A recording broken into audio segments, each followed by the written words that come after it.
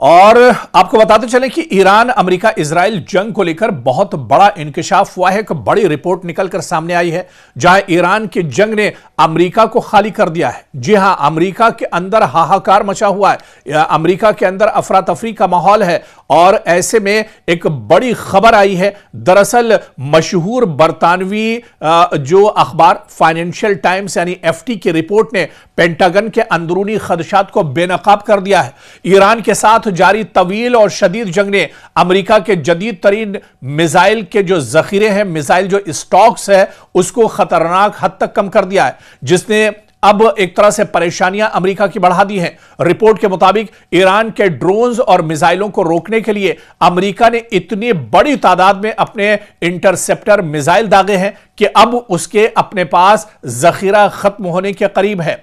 इसी तरह से अमेरिकी दिफाई कंपनियां इतनी तेजी से नए मिसाइल बनाने में नाकाम हो रही है जितनी तेजी से वो ईरान के खिलाफ जंग में इस्तेमाल कर रहा है। पेंटागन अब एक साथ दो महाजों पर दरअसल ये चीन एक तरह से महाज संभाले हुआ है और अब परेशानी अमेरिका की बढ़ गई है। दरअसल माहिरीन का कहना है कि ईरान ने अपनी मिसाइल ताकत से अमेरिका को एक ऐसी थकावट की जंग, वार ऑफ एट्रिटिशन में उलझा दिया है जिसने अमेरिकी आलमी बालादस्ती को कमजोर कर दिया है। अमेरिका अब दरअसल बहुत ज्यादा परेशानी का शिकार हो रहा है क्योंकि अमेरिका के पास जो मिसाइल का स्टॉक था वो तेजी से खत्म हो रहा है। जितनी ज्यादा अपने आप को महफूज रखने के लिए, इंटरसेप्ट करने के लिए डिफेंस सिस्टम को मिसाइलों की जरूरत है, उतनी मिसाइलें अब अमेरिका नहीं बना पा रहा है। इसी वजह से अमेरिका इस जंग में अब बुरी तरह से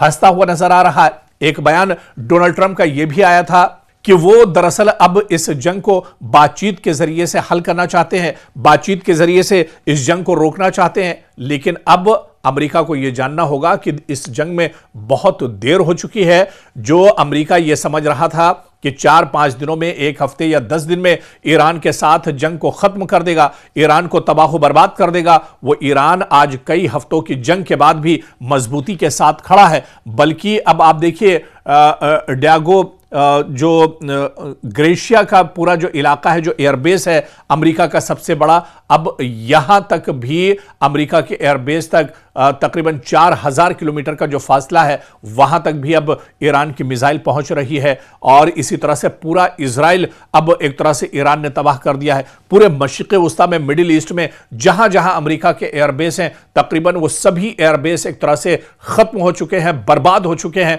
अमेरिका दरअसल अब परेशान है। एक तरफ इजराइल को लेकर बिन्यामिन नेतन्याहू परेशानी का शिकार, तो दूसरी तरफ अमेरिका को लेकर अब अमेरिका परेशान है ईरान को लेकर। और इस बात की तस्दीक बाकायदा किसी और ने नहीं, पेंटागन ने इसकी तस्दीक की है। पेंटागन ने यह माना है कि अमेरिका के पास जो उसका स्टॉक है असलहे का, वो दरअसल अब खत्म हो रहा है। और ऐसे में अब अमेरिका बहुत ज्यादा परेशानी का शिकार इस जंग में होता जा रहा है। आगे की जंग अमेरिका कैसे लड़ेगा, किस तरह से स्ट्रेटेजी बनाएगा, क्योंकि जब से यह जंग शुरू हुई है आप देखिए कि सुबह शाम सिर्फ अमेरिका के सदर डोनाल्ड ट्रंप की तरफ से धमकियां दी जा रही हैं, सिर्फ बड़े बड़े बयान आ रहे हैं, लेकिन जमीन पर कोई जंग अमेरिका नहीं लड़ रहा है। अमेरिका दरअसल इस जंग में टूट चुका है। अमेरिका का अब्राहम लिंकन जो सबसे मजबूत बेड़ा है वो दरअसल अब अपने पैर पीछे हटाने पर मजबूर हो गया है। B-2 बम्बर की हालत खराब है। इससे पहले अमेरिका के कई तैयारे ईरान गिरा चुका है। तो ऐसे में अब अमेरिका इस जंग में